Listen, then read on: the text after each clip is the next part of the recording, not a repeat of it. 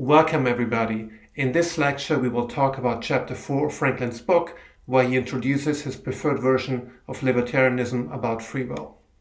So libertarians argue that indeterminism is a requirement for free will.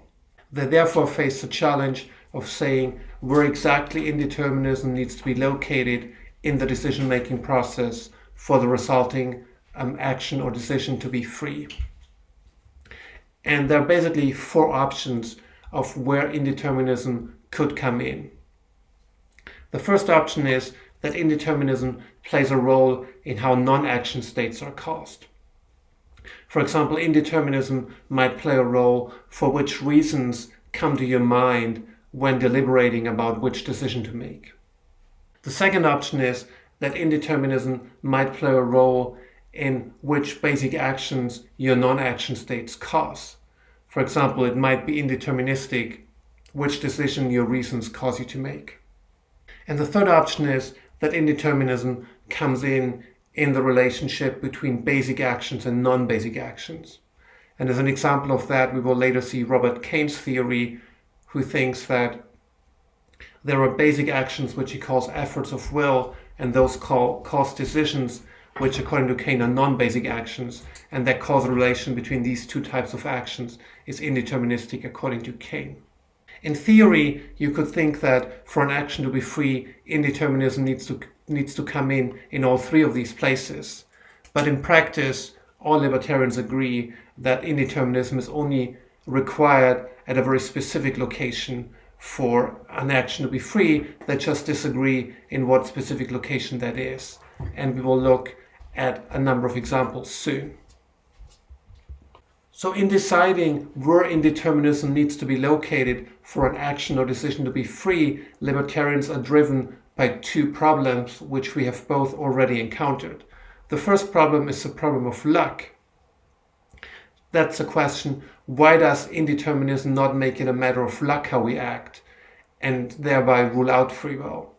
And the second problem is the problem of enhanced control, and that's the question of how can indeterminism enhance what control we have over our actions. Let me illustrate these problems in a little bit more detail. So here's an example that Franklin likes.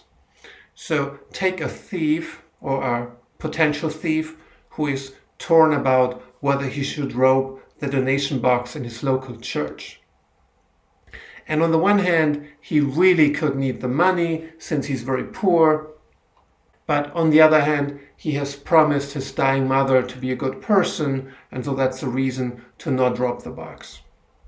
And now suppose that indeterminism is true, and which of these reasons prevails, which decision he will make based on these reasons is a matter of chance, it's indeterministically caused. And the question is then, how can the thief be morally responsible for the action he ends up making, or for the decision he ends up making, if what decision he makes is determined by chance? Isn't it just a matter of luck, how the chances work out and which of these reasons gets the upper hand? And so the problem of luck is explaining how an action can be free and how the agent can be morally responsible for it, even though the action or decision is influenced by chance. The problem of enhanced control is related but slightly different. It arises because libertarians think that determinism is incompatible with the kind of control over one's actions that is required for free will and moral responsibility. They think that if every stage in the decision-making process is completely deterministic, then we don't have free will. But libertarians also hold that indeterminism is compatible with free will. So the introduction of indeterminism must somehow enhance what kind of control agents have over their decisions. But the problem then is that on the face of it, indeterminism takes away control from you rather than adding control. Just suppose, for example, that indeterminism comes in at the transition from a basic actions such as a decision to carrying out the decision. Wouldn't that mean that you have less control because you're now no longer guaranteed to do what you want to do? And so the challenge is to say something in response, why despite appearances to the contrary, does determinism increase control rather than diminish control?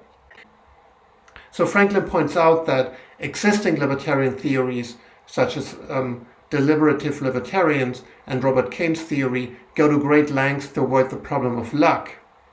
But he argues that in trying to avoid the problem of luck, these theories make all kinds of implausible assumptions. And Franklin thinks that we can have a much simpler and nicer theory because he thinks that the problem of luck is not a problem for independent reasons. He thinks that the problem of luck just never arises. And we will see why that is in next week's lecture and the readings for next week. Now let us look through some versions of libertarianism and see why Franklin thinks that they are problematic, and then we will get to Franklin's own theory. So we start with non-action-centered libertarianism. So the most widespread version of non-action-centered libertarianism is deliberative libertarianism. And deliberative libertarians think that indeterminism comes in at the process of deliberation before your actions even take place.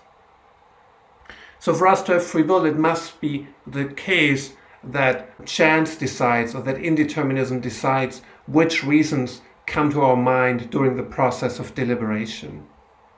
So if you go back to our would-be thief that we talked about earlier, then according to deliberative libertarians, as it happens during his deliberation process, the thief was focused on his financial hardship, and that was very much on top of his mind, and so he ended up stealing the money. But that was merely a matter of indeterminism, that he was thinking about his financial hardship. It could also have been such that the chances worked out in a way such that during the decision-making process he had an image of his dying mother in his mind, in which case he would have made a different decision and would have not stolen the money. So indeterminism plays a role in the process of deliberation. It decides which reason come to the agent's mind. And what's nice about deliberative libertarianism, what's supposed to be an advantage of it, is that it has an answer to the problem of luck.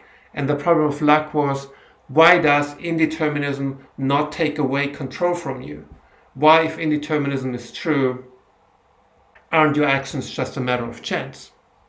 The theory can solve this problem because nobody thinks that we have any control over what reasons come to our mind during deliberation anyway.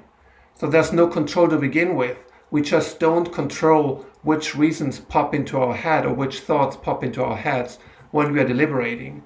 So making it a matter of chance which reasons come to our mind cannot take away any control over our actions, because indeterminism, according to deliberative libertarians, is located in a portion of our decision making over which we have no control to begin with, and so it can't take away any control from us. And so Franklin seems to concede that deliberative libertarians have something to say to the problem of luck. But the problem is that they have nothing to say about how indeterminism then can enhance our control and give us more control over our actions than we have in an indeterministic world. How could you have more control over your actions just because there's indeterminism located at a part before your actions even start? So if you think that the thief lacks control over his actions in a deterministic universe, you have no more reason to think that he has control over his actions in an indeterministic universe where indeterminism is located within his deliberative process. Next, Franklin moves on to non-basic action-centered libertarianism, and here he discusses in particular one very influential theory, which is due to Robert Kane. In Kane's theory, indeterminism is located between basic and non-basic actions, specifically between what he calls efforts of will and decisions. Note that very often decisions are basic actions, but they are not always so according to Kane's theory. So it's a feature of Kane's theory that decisions are actually not basic actions, but there are mental decisions or mental occurrences that are even more basic, and he calls those efforts of will. And an effort of will is something like an attempt to make a decision. So again, Kane wants to solve the problem of luck. And so the first thing Kane does is that he points out that indeterminism does not automatically rule out free will, because it does not automatically rule out moral responsibility. And here's an example he gives. So suppose an assassin wants to kill the prime minister. Or rather, suppose that there's indeterminism in the process. Suppose that the assassin's rifle only works 90% of the time. 10% of the time, if the trigger is pulled, just nothing happens. But suppose that in this particular instance, the assassin pulls the trigger, the gun fires, the prime minister dies. So it seems clear that in this case, the assassin is morally responsible for the prime minister's death, despite the involvement of indeterminism. And the reason for that seems to be that she intended an outcome, and then the intended outcome was caused by her in the way she intended. And it was caused indeterministically, and so the causation could have failed, but she's still responsible because the thing she intended is in fact the thing that happened. And so that case proves that you can be morally responsible for an outcome even though it was caused indeterministically. And so Kane wants to use the same idea to explain why we can have control and can have morally responsible for our decisions. But that requires some work, because the assassin case is a case where you're morally responsible for an action, not for your decisions. It already takes for granted that you're responsible for your decision to shoot the prime minister, and then it just explains why that can make it that you're also responsible for your action, even if indeterminism is involved. And note that the lesson from the assassin's case was that the assassin is responsible for the outcome because she intended the outcome. So how can we apply the same model to make us responsible for our choices? Kane posits a new kind of mental state that he calls efforts of will. So he thinks in acting freely, we make an effort of will, which is something like an intention or an effort to make a particular choice. And so let's see how we can build this idea into a theory of free will. So Kane's favorite case is the following case. He imagines a businesswoman on her way to an important meeting when she witnesses a robbery. And the businesswoman is then torn between, should she decide to call the police or should she decide to hurry on to make it to an important meeting on time? So it's a case where she's conflicted about what to do. And the way Kane wants to think about this case is that if the conflict works out such that Anne thinks she should call the police, she makes an effort of will in order to choose to call the police. And that effort of will then indeterministically causes her to choose to call the police. And in the case where the effort actually causes her to choose to call the police, she's morally responsible for her decision because it was the decision that she in fact wanted to make. But at the same time, Anne could have decided otherwise because the causal link between this effort of will and the decision is indeterministic, so the same effort of will could have failed and led to her not deciding to call the police and instead rushing off to go to her meeting. So the Kane's theory can allow for the possibility that the agent can do otherwise, which is something libertarians want. But the current theory does not yet give us everything we want, because intuitively we want to say that if Anne decides to not call the police and she instead decides to hurry to a meeting, then she is morally responsible for not calling them and she deserves blame for that. But the current theory doesn't give us that, because as we construed the case so far, Anne made an effort of will to call the police, and through no fault of her own, that effort failed.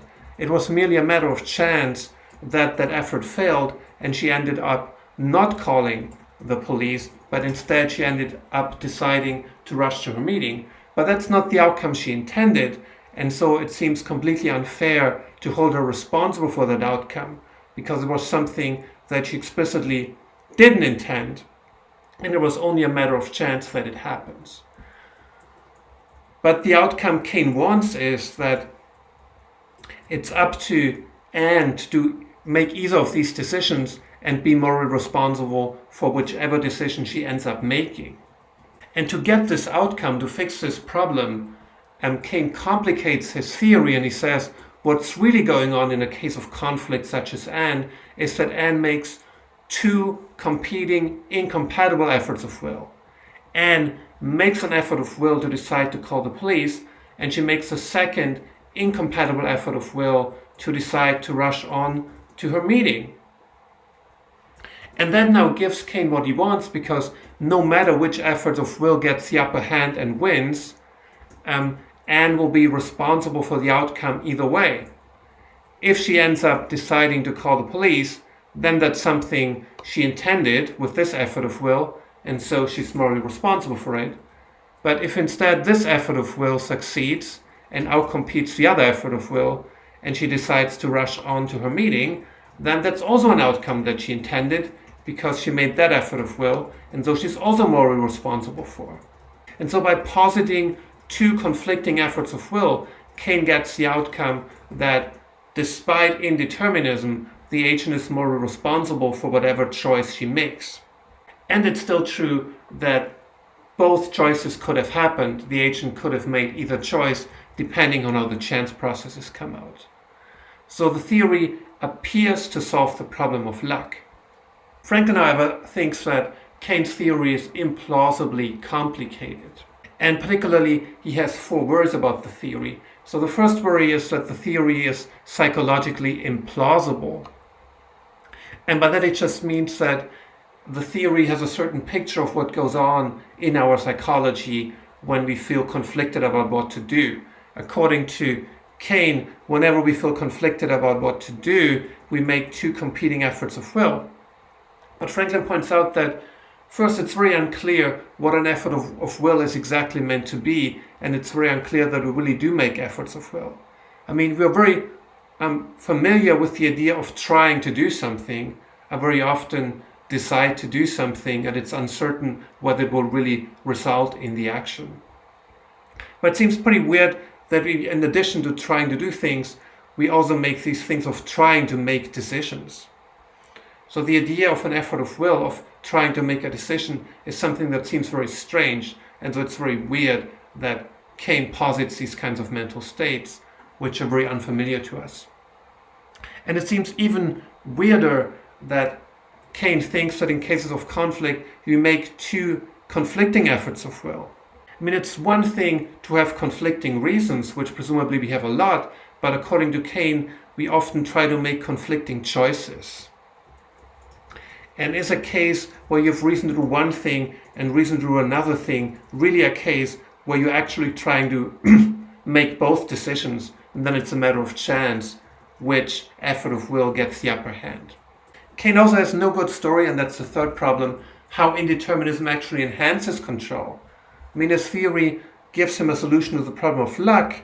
Indeterminism is compatible with the agent being morally responsible, but it's still unclear how that kind of indeterminism gives us more control over our actions than we would have if determinism were true. And finally, the fourth problem is that Cain encounters a potential regress worry. So according to Cain, you're supposed to be morally responsible for your choices because they're indeterministically caused by your efforts of will. So you're responsible for your choices because they're caused by your efforts of will. But then you might think that you can be truly responsible only for your choices if you're responsible for what efforts of will you're making. But then it seems Cain has no good story of why your efforts of will are free. Why are you responsible for your efforts of will? What makes you responsible for the efforts of will? And note that Cain cannot appeal to indeterminism now, because he only wants to locate indeterminism at this point between the efforts of will and not the choices. He doesn't want to locate indeterminism prior to the efforts of will, because then luck would come in again and he would face the problem of luck again. So Kane needs to say something about what makes efforts of will free, and it's not clear that he has anything good to say. This brings us finally to Franklin's own preferred version of libertarianism, which is simpler than Keynes' version. So Franklin's theory locates indeterminism between non-action states, which typically will be reasons, and basic actions, which typically will be decisions or choices. I use the two words interchangeably. So indeterminism comes in here at this point. And in a case like that of Anne, who confronts a genuine conflict about what to do, the way Franklin understands that is that Anne has conflicting reasons, and then it's indeterministic which of two incompatible choices the reasons will cause her to make. So Anne's reasons could cause her to decide to call the police, but they could also cause her to decide to rush to her meeting instead. And it's indeterminate which decision they cause. They could cause either one. And so Franklin's theory still allows that Anne can do otherwise, because depending on how the chances work out, she will do this, she will make this decision or this decision. But the theory is simpler than Keynes' theory because it doesn't posit any kinds of efforts of will. It's a simpler theory because it only uses reasons and choices and nothing in between, as Keynes' theory had. But note that this no longer gives Franklin the solution to the problem of luck that Keynes had. But Franklin thinks that we don't really need Keynes' complicated solution to the problem of luck, because he thinks that the problem of luck is misconstrued in the first place, which we will talk about next week. So as said, Franklin's theory is very simple. So according to Franklin, an agent's action phi was directly free until the agent is directly morally responsible for the action if 4 conditions are fulfilled. So first, the agent has to be normatively competent, which is something we talked a lot about 2 weeks ago. Then phi has to be a basic action, because we just seen that Franklin thinks directly free actions are basic actions. And it has to be non-deviantly caused by the agent's reasons, which is something we talked a little bit about during the first week. And the fourth condition then is only that it was possible, given the past and laws of nature up until t, that the same reasons could have caused the agent to not perform the action. And that's something we've just seen with the example of Anne. For the action to be free, the agent's reasons, in conjunction with the entire past and all the laws of nature, have to be such that it's possible for them to cause the choice the agent actually make, but it must also be possible for them to cause the agent to not make the choice. If we link that back to the terminology we used 2 weeks ago, it basically just means that the agent needs the opportunity to act otherwise. And Franklin thinks that these 4 conditions give us all we need to have a plausible account of free will. And so before we end, I want to say something a little bit critical of Franklin. So there's a passage on page 115, which I quote here. And here he's trying to motivate informally why his theory, which he calls minimal event causal libertarianism, really captures what makes agents free and morally responsible. And so he says that his theory somehow captures what makes an agent free. So any agent who satisfies his 4 conditions on free will, therefore is a free agent. And here he tries to motivate why these 4 conditions, why satisfaction of these 4 conditions is somehow sufficient for being directly free. His main idea seems to be here that a free agent is an agent who determines herself what to do. And there seem to be 2 reasons, he thinks, for why the agent determines herself what to do. The first reason we get here is that if his conditions are true, then what the agent does is not merely a function of her current motivational economy, her current reasons, or the past and the laws of nature. And that's of course true if determinism is true, then how the agent acts, what choices she makes, is fully determined by the past, including the agent's reasons and the laws of nature. If indeterminism is true, the way Franklin construes it, that's not true, because now we have the past, including reasons, the laws of nature, and chance. So the only thing that Franklin gets in addition is chance. But it's certainly true that it's not fully determined by the laws of nature and the past alone. But then he says her choices are rather a function of her exercising her abilities and having opportunities to be fundamentally creative. But the only difference to the determinist, to the compatibilist Franklin has, is that for an agent who satisfies his conditions of free will, chance plays a role in what the agent does. It's somewhat unclear why that makes the agent fundamentally creative, if just chance determines what the agent does. And then he goes on, it would seem then that these activities ground desert. These activities and their consequences belong to the agent in a deep sense.